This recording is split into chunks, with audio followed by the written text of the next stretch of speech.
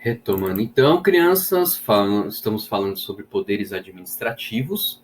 Essa é a aula 2 de poderes administrativos, ou poderes da administração pública, tanto faz. Tá? Lembrando que essa é a aula de reposição do dia 18/5. Tá? Aula de reposição do dia 18/5. Continuando então, vimos no vídeo anterior aspectos gerais, algumas características específicas, essa instrumentalidade e obrigatoriedade. Vamos falar agora dos poderes administrativos em espécie. Né? Então, poderes quanto à autonomia da administração. Aqui nós temos uma separação extremamente importante, extremamente clássica no direito administrativo, que é a separação entre poder vinculado e poder discricionário. Tá? Esse é um tema bem importante. Se você não entendeu, leia, releia, veja o vídeo, reveja o vídeo, porque isso é um dos temas mais importantes aí da nossa disciplina, que envolve os chamados atos vinculados e os atos discricionários, tá? Então vamos lá. Poder vinculado. O que é o poder? Então, poderes quanto à autonomia da administração. Então aqui a gente vai avaliar quais são aqueles poderes que a administração tem uma certa autonomia para agir e aquelas hipóteses que a administração não tem autonomia nenhuma para agir, beleza? Então nós temos aqui o poder vinculado e o poder discricionário. O poder vinculado aqui, item A, e o poder discricionário está no B. Eu coloquei errado ali, tá, gente? Então corrijam no material que vocês têm lá do AVA, do Word. Aqui no item B é poder discricionário, beleza? Então vamos falar primeiro do vinculado. Quando a gente fala, todo poder administrativo, tá? Até é importante deixar isso bem claro. Se você quiser, até coloca aqui nas características dos poderes administrativos, coloca um item C aqui, tá? Para ficar mais claro, eu deveria ter colocado, mas não coloquei. Então corrige lá no material, coloca aqui um item C e escreve assim, legalidade, tá? É meio óbvio, eu sei, mas só para a gente enfatizar, para reforçar, tá? Então, todos os poderes administrativos, eles são instrumentais, eles são obrigatórios, e eles são vinculados, e eles estão baseados no princípio da legalidade, lá no 37 caput, beleza? Então, eu coloco o item C ali, legalidade, só para afirmar essa questão aí, beleza? Eu sei que vocês sabem isso, mas coloca lá. Ou seja, o que eu quero dizer? Todo poder administrativo, ele tem que encontrar um fundamento onde? Na lei. Tá? Não existe poderes administrativos que aparecem no ar. O poder administrativo. Não. Ele tem que ter um fundamento necessariamente em lei. Tá? E quando eu falo lei formal. Lei que decorre do parlamento. Ou então, medida provisória. Aquele chamado bloco de legalidade que a gente viu lá no primeiro bimestre, beleza? Então, quando a gente fala em poder vinculado, eu estou falando a lei, tá? É uma lei prévia, e essa lei define e condiciona por completo a atuação da administração. Ou seja, quando eu falo em poder vinculado, todos os elementos do ato administrativo, e a gente vai ver isso melhor no futuro, competência, forma, motivo, finalidade e objeto, estão já pré-determinados pela lei. Estão vinculados, estão definidos pela lei. Está amarrado em nome da lei. Tá? Então, todos os elementos do ato já estão previamente definidos na lei. O legislador meio que já se antecipou ao administrador e na lei ele já definiu todos os elementos do ato. Tá? Ou seja, para o administrador, restou simplesmente, tá, a competência de cumprir aquela lei quando ocorrer o pressuposto de fato do ato, que a gente vai chamar de motivo. Ou seja, quando a gente fala em poderes vinculados, não é possível fazer nenhum juízo de conveniência e oportunidade por parte da administração. Portanto, aqui, nos poderes vinculados, não há o que nós chamamos de mérito administrativo. Para, volta e guarda no coração. Quando eu falo em poder vinculado, não existe conveniência, não existe oportunidade ao administrador. Portanto, não há mérito administrativo. Quando eu falo em poderes vinculados, o administrador aqui, a administração pública aqui, é simplesmente um carimbador daquilo que a lei já previamente se antecipou e já definiu. Aqui nós temos a função da administração como um verdadeiro executor da lei. Lembra que a gente aprende isso já lá em TGE, que o Poder Executivo executa a lei? Aqui é uma função tipicamente de execução da lei. A lei já previamente definiu todos os pressupostos do ato. Quando ocorre isso no mundo natural, no mundo real, o administrador simplesmente vai e aplica a lei. Bom, beleza? Então, do poder vinculado, nós temos os chamados atos administrativos vinculados. Depois a gente vai especificar um pouco melhor. O poder vinculado, então, é aquele que a lei já estabeleceu um único comportamento possível a ser adotado pela administração diante de um caso concreto. Não há margem, portanto, de nenhuma autonomia para o administrador. Essa margem de autonomia é justamente a tal da conveniência e oportunidade. É justamente o tal do mérito administrativo. Tá? Então, conveniência e oportunidade, mérito administrativo e autonomia de ação são, de certa forma, conceitos sinônimos. Beleza? Então, no poder vinculado, ocorreu o pressuposto de fato, a administração ela tem um único comportamento possível. Ela não pode escolher esse comportamento, tampouco quando ela fará esse comportamento. Ok? Aqui, então, eu trouxe alguns exemplos para tentar mostrar para vocês. Um exemplo da famosa lei de licitações. 8666 de 93. Olha só. Quando que eu vou saber se um ato é vinculado ou se é discricionário? Lendo a lei. Tá? É a lei, é o texto da lei que vai me informar se aquilo é um ato discricionário, se é um ato vinculado. É o texto da lei que vai me informar se a administração ela tem um dever de agir através de um único comportamento, ou então se a administração ela vai ter uma autonomia de agir através do comportamento que ela escolher. Então, é o texto da lei. Então, vamos lá. Artigo 21 da Lei de Licitações.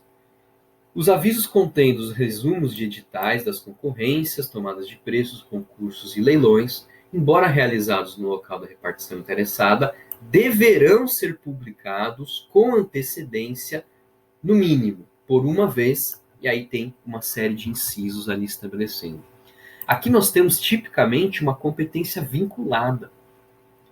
Quando a administração pública vai fazer uma licitação nessas modalidades aqui, ó, concorrência, TP, concursos e leilões, ela é obrigada a publicar edital, tá? Com antecedência mínima, conforme traz a lei de licitações. Ela não tem aqui uma autonomia de escolha, do tipo, não vou publicar o edital. Não, o edital enche o saco. Ou então, não vou publicar o edital por esse período, não. Vou colocar um edital ali por 2 dias e tá bom. Ela não pode, porque isso é uma competência vinculada. O administrador, o legislador, melhor dizendo, ele já se antecipou ao administrador, meio que já decidiu. E disse, administrador, se você for fazer licitação, tem que publicar edital com esses prazos aqui, tal, tal e tal. Beleza? Isso é uma competência vinculada. Segundo exemplo, isso aqui vem do CTN, Código de Trânsito Nacional. O Código de Trânsito tem vários exemplos aqui. Artigo 142, parágrafo único. PU é parágrafo único, tá? Diz assim: compete privativamente à autoridade administrativa constituir o crédito... desculpa, aqui é crédito tributário, tá? O exemplo que eu vou trazer do Código de Trânsito é aqui, desculpa. Então aqui é o CTN, aqui é o Código Tributário. Artigo 142. Compete privativamente à autoridade administrativa constituir o crédito tributário por lançamento, assim entendido o procedimento administrativo tendente a verificar a ocorrência do fato gerador, determinar a matéria tributável, calcular o montante do tributo, identificar o sujeito passivo e, sendo o caso, propor a aplicação da penalidade cabível. Parágrafo único. A atividade administrativa de lançamento ela é vinculada e obrigatória, sob pena de responsabilidade funcional. Nesse caso aqui, o Código Tributário é uns casos bem raros, inclusive, onde a legislação ela expressamente diz, isso é um ato vinculado. Nós estamos falando aqui do ato de lançamento tributário. Vocês vão aprender isso em direito tributário. O direito tributário é um direito administrativo metido à besta. Tá? Não espalha isso, mas o direito tributário é um direito administrativo metido à besta. Assim como o direito ambiental. O direito ambiental é um direito administrativo do bem. Tá? Ou seja, por que eu faço essa brincadeira? Os professores de ambiental e tributário ficam bravos. Mas o que eu quero dizer aqui é o seguinte, que a operacionalização do direito tributário, do direito ambiental, só ocorre por meio do direito administrativo. É isso que eu quero dizer, tá? Enfim, o que eu estou falando aqui de direito tributário? O lançamento tributário, ele é um ato administrativo, tá? E o próprio CTN disse, esse ato, ele é um ato vinculado. Ou seja, ocorrendo o fato gerador do tributo, tá? Ocorrendo o fato gerador, a administração pública fiscal ela é obrigada em lançar o tributo, constituir o crédito e cobrar aquela importância. Então vamos pensar do ponto de vista aí, um exemplo fácil de entender. Imposto de renda, tá? Inclusive agora a gente está ainda no prazo para as declarações. O fato gerador do imposto de renda, de uma forma bem simplória, é o quê? Auferir renda. É a disponibilidade jurídica ou de fato de uma renda. Auferir renda. Isso é o fato gerador. Então, se você auferiu renda, ocorreu o fato gerador. Ocorrendo o fato gerador, a administração pública ela é obrigada a cobrar o imposto de renda de você. Não pode a administração pública fazer aqui um juízo de discricionariedade, do tipo, não vou cobrar não. Pô, Maurício é gente boa, tá aí fazendo um esforço para dar aula para os alunos, não vou cobrar imposto de renda não. Ela não pode fazer isso. Por que ela não pode fazer isso? Porque a lei não autorizou ela a fazer isso. Se a lei tivesse autorizado ela a fazer isso, ela poderia. Mas, infelizmente, a lei não autorizou essa benevolência da Receita Federal para com o pobre professor Maurício. Então, o professor Maurício vai pagar o imposto de renda, sim. Beleza. Um outro exemplo. Isso vem da Lei 8112 de 90, que é o Estatuto do Servidor Público Civil da União. Beleza? Quando vocês passarem em concurso público federal, vocês estarão sujeitos a essa lei aqui. A Lei 8112 de 90. Exceto se você passar para juiz, promotor, ou então dentro das carreiras militares. Porque aí é outra regulamentação. O artigo 132 da 8112, tá, fala da aplicação de uma pena disciplinar de demissão, que somente é possível nos casos do artigo 132 da 8112. Ou seja, a administração pública aqui, através do poder disciplinar que a gente vai ver, ela não tem discricionariedade, ela não tem escolha para aplicar uma penalidade de demissão. Ocorrendo aquelas hipóteses de infração funcional, a administração pública ela será obrigada a instaurar o procedimento disciplinar e, havendo provas, aplicar a sanção de demissão. Não é uma escolha, é uma obrigação, é um dever. Um outro exemplo de ato vinculado, o artigo 41, o artigo 40, parágrafo 1º, 2 da CF, que é a aposentadoria compulsória. Tá? Deu 75 anos, a administração pública é obrigada a mandar o sujeito embora, no sentido de aposentá-lo. Tá? Não é uma demissão, beleza? É obrigado. Então não tem esse, pô, o Maurício fez 75 anos, deixa o cara trabalhar aí, o cara é bom, gente é boa, trabalha direitinho, não incomoda. Deixa o cara aí até morrer. Não pode. É obrigatório.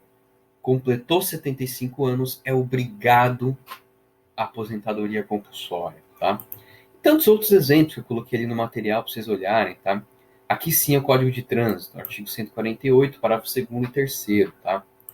Então, ó, por exemplo, o candidato aprovado, aqui no caso para tirar a CNH, então o candidato aprovado nos procedimentos ali da CNH será conferido permissão para dirigir com validade de 1 ano. Então, é obrigatório, a administração pública não pode falar, não, rapaz, foi aprovado nos exames aí, mas não vou dar a CNH para ele, não. Não.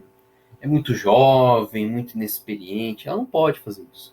Então, o sujeito cumprir os requisitos ali, é obrigado a dar a CNH para ele, tá? Então, lá, a CNH será conferida ao condutor no término de 1 ano, beleza? Então, todos esses exemplos que eu coloquei ali, tem vários, tá, gente? São todos aqueles exemplos que, quando você lê a legislação, você interpreta e consegue deduzir dela que a administração pública, ocorrendo um suposto de fato, ela é obrigada a um único comportamento. Beleza? Então, voltem aqui. Essa parte aqui eu acho que é importante destacá-la. Então, o poder vinculado é aquele que a lei estabelece um único comportamento possível a ser adotado pela administração. Beleza? De outro lado, nós temos o ato discricionário. Muda lá na letra B, o professor animal aqui digitou errado. Então, aqui nós temos o poder discricionário. Nesse poder discricionário, o ordenamento jurídico, a lei, ela conferiu à administração pública um poder de escolha, tá? Mas não se esqueçam, o poder discricionário, pessoal, ele sempre será secundum legem, ou seja, ele sempre será dentro da lei. Tá? Poder discricionário não se confunde com arbitrariedade. O poder discricionário ele é sempre exercido com autorização legal e dentro dos limites do direito. Tá? Olha lá. Aqui eu estou citando ali Lopes Meireles, que é um dos administrativistas mais conservadores. Tá? O poder discricionário é o que o direito concede à administração, de modo explícito ou de modo implícito, para a prática de atos administrativos com liberdade na escolha de sua conveniência, oportunidade e conteúdo. Tá? Eu só substituiria aqui o termo liberdade.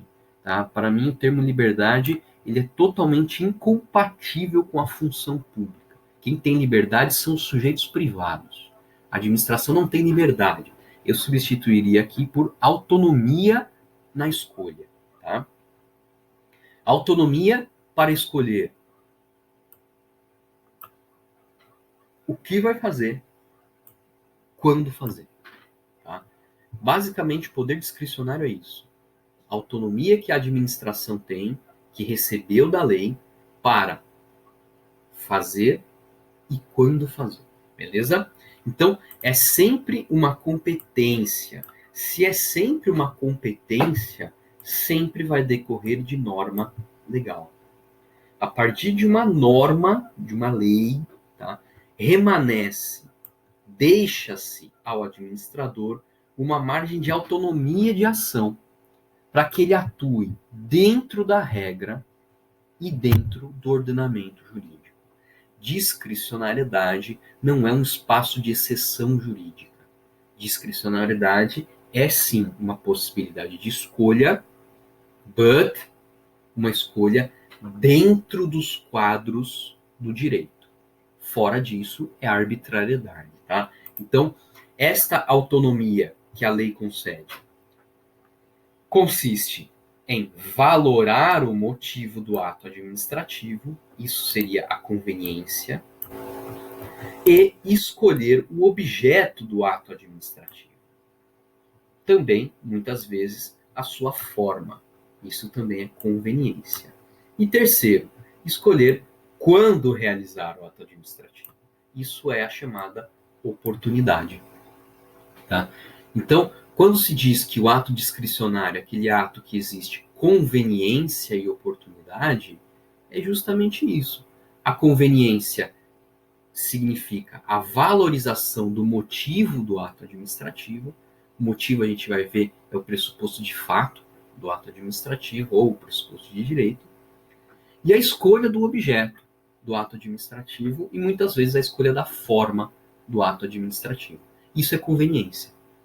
Tá? Oportunidade é quando fazer. Então, conveniência é o que fazer, oportunidade é quando fazer. Beleza? Se a gente pegar A mais B mais C, nós temos o famoso mérito administrativo, que nada mais é do que esse juízo de conveniência e oportunidade. Esse juízo de o que fazer e quando fazer. Essa valorização e essa escolha, como eu disse, ela não é arbitrária. Por quê? Porque ela é pautada pelo interesse público primário. Tá? O norte do ato administrativo, pessoal, sempre será o interesse público primário. Tá? A razão de ser de uma competência discricionária é que o legislador concede essa margem de autonomia para que o administrador atue, na prática, da melhor forma, visando o melhor atendimento ao interesse público. A discricionariedade administrativa, pessoal, muita gente discute por que existe. Ela é essencial, porque sem autonomia de ação não existe administração. Muitos de vocês talvez sejam administradores, tenham alguma empresa ou trabalham em setores administrativos de algumas empresas. Você sabe bem que se você não tiver autonomia de ação, você não é um administrador, cara. Você é um pino que está lá e as pessoas estão mandando você fazer. Acontece em muitas empresas, né? Você tem lá um diretor que está lá só para estar, porque ele não tem autonomia de decisão nenhuma. Ele é simplesmente um pino, ele é simplesmente um poste que está lá simplesmente executando decisões que vêm dos seus chefes. Tá? Isso acontece em muitas empresas, acontece inclusive em algo muito próximo da gente, que a gente está vendo no atual momento. Tá? Então, o diretor está lá para quê? Para absolutamente nada. Isso não é gestão. Isso não é gestão. Isso é simplesmente um boneco que está ali atendendo ordens que vêm de algum lugar que a gente muitas vezes nem sabe. Voltando ao planeta Terra, tá? A ideia aqui é justamente essa. O legislador ele é ciente de que o dia a dia da prática vai muito além e que é impossível que a legislação preveja e imagine todas as hipóteses possíveis que pode acontecer no dia a dia. Então, o legislador ele concede ao administrador essa autonomia de agir. Tá? Aqui eu coloquei uma tabelinha, depois vocês vão entender melhor quando a gente falar sobre atos administrativos. Tá? Ou seja, os atos administrativos têm 5 elementos: competência, forma, finalidade, motivo e objeto. O ato vinculado, todos esses elementos estão amarrados em nome da legislação. Já o ato discricionário, tá? Você vai encontrar elementos aqui que não estão previamente amarrados na legislação. A competência geralmente é amarrada, a forma pode ser amarrada ou não, vinculada ou não, a finalidade sempre é vinculada. E onde realmente nós encontramos a discricionariedade? Nesses 2 elementos, motivo e objeto. Então, no ato discricionário, o administrador ele pode, com autorização legal, valorizar os motivos e escolher o objeto do ato. Beleza? O que justifica a existência do ato administrativo? É justamente aquilo que eu acabei de falar, que é a incapacidade da lei em prever integralmente todas as contingências administrativas do dia a dia.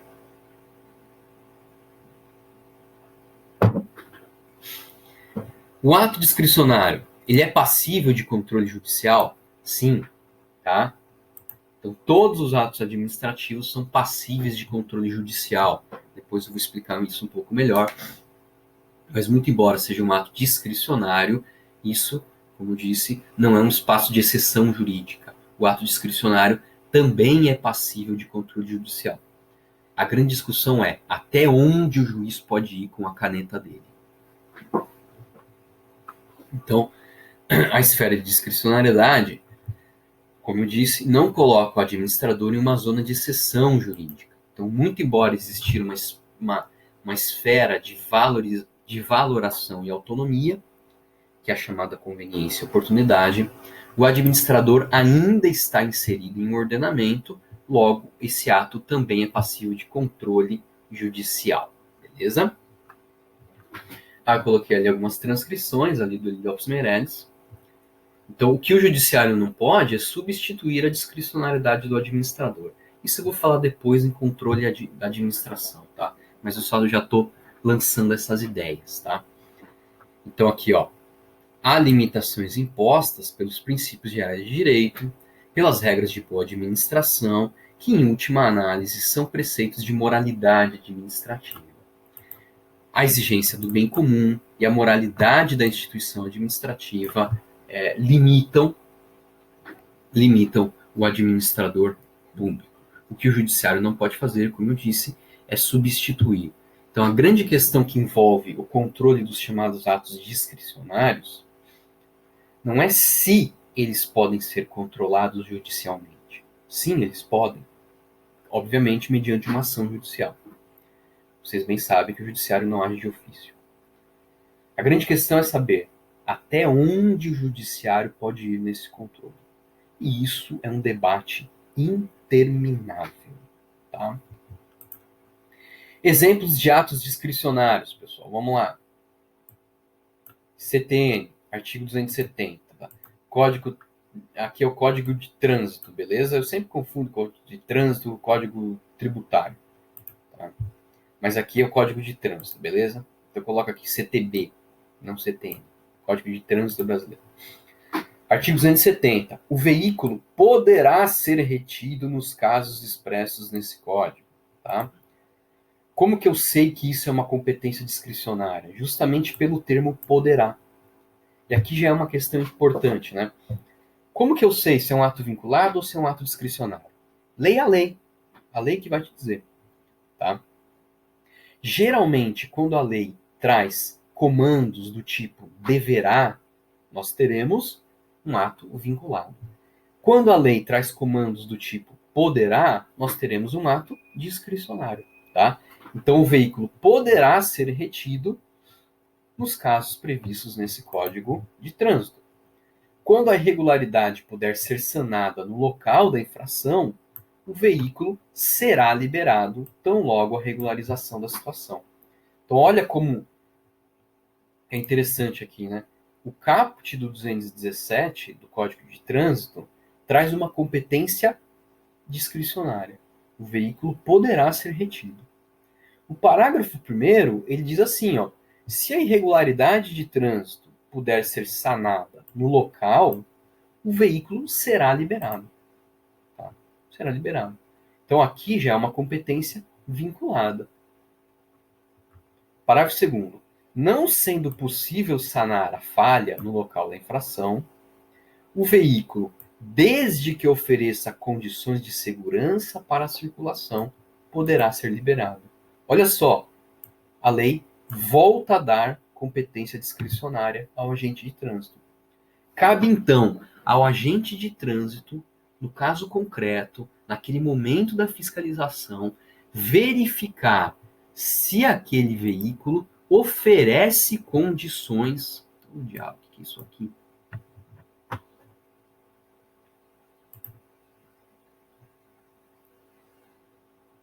Que essa merda aqui, gente.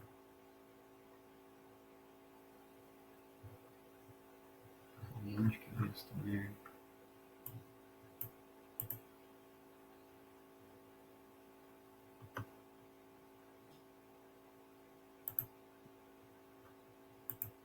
Ai, que inferno.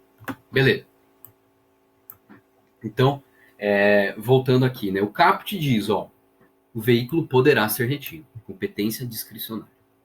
Parágrafo 1º. Se a irregularidade puder ser sanada no local da infração, o veículo será liberado.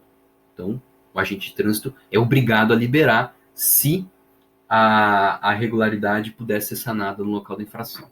Se essa irregularidade, se essa falha não puder ser sanada no local da infração, o veículo, desde que ofereça condições de segurança para a circulação, poderá ser liberado, tá? E entregue o condutor regularmente habilitado mediante licenciamento, blá, blá, blá, blá, blá, blá, blá, blá. Beleza? Então, essa situação aqui é bem importante. Quem que vai avaliar se o veículo oferece condições de segurança para a circulação é o agente de trânsito, é o policial que está ali atendendo a ocorrência. Se ele verificar que não tem segurança, ele não libera o veículo. Tá? Ele não libera o veículo. Isso é uma discricionariedade que a lei colocou na mão do agente de trânsito, na mão do policial. Tá? E ele, enquanto autoridade pública, ele pode fazer esse juízo de discricionariedade. Tá? Vou dar um exemplo concreto que aconteceu uma vez comigo, lá quando eu morava em Mafra. Foi um ano difícil para mim, eu quase perdi a carteira naquele ano. Consegui umas 3, 4 multas. Fiquei, acho que a 2 pontos de perder a carteira. Então vamos lá. A situação minha foi o seguinte: eu saí, tá, fui ali tomar umas cervejas com o pessoal. Quando eu estava voltando para minha casa, tinha uma blitz, tá? Tinha uma blitz. Naquela ocasião eu não tinha bebido, boa sorte. Tinha uma blitz. Eu acho que eu estava tomando um antibiótico, alguma coisa assim, por isso que eu não bebi. Felizmente. Aí tinha uma blitz policial, eu fui parado na blitz policial, houve lá o bafômetro, sem problemas, só que os policiais verificaram que eu estava com um dos meus faróis do carro queimados. Tá? E eu não tinha me atido disso, eu não sei se queimou ali na hora, enfim, eu dei esse baita de um azar, sorte de um lado, azar do outro. Tá? Como o farol estava queimado, houve ali uma infração de trânsito, os policiais lavraram um auto de infração de multa. Beleza, tudo bem, lançaram a multa, tá? Ok. Então, olha só, houve uma irregularidade, esse veículo poderia ser retido. Tá? A irregularidade podia ser sanada no local da infração? Cara, até poderia, mas isso já era meio madrugada, um frio do inferno. Tá? Mafra é um lugar frio. Não tinha como reparar aquela lâmpada do carro ali naquele momento. Não tinha como, tá? Então, não era possível sanar a falha naquele momento. Não era, tá? Porém, o policial liberou que eu fosse para casa. Eu estava ali a poucos quilômetros do meu apartamento naquela época, tá? Então, o veículo, a juízo do policial, ele oferecia condições de circulação e segurança. Pelo menos até eu chegar ali no meu apartamento. Não tinha rodovia, nada, era só uma avenida. Tá? Seria diferente se fosse uma estrada. Ou um veículo com um farol só, numa estrada. Ele oferece condições de circulação e segurança.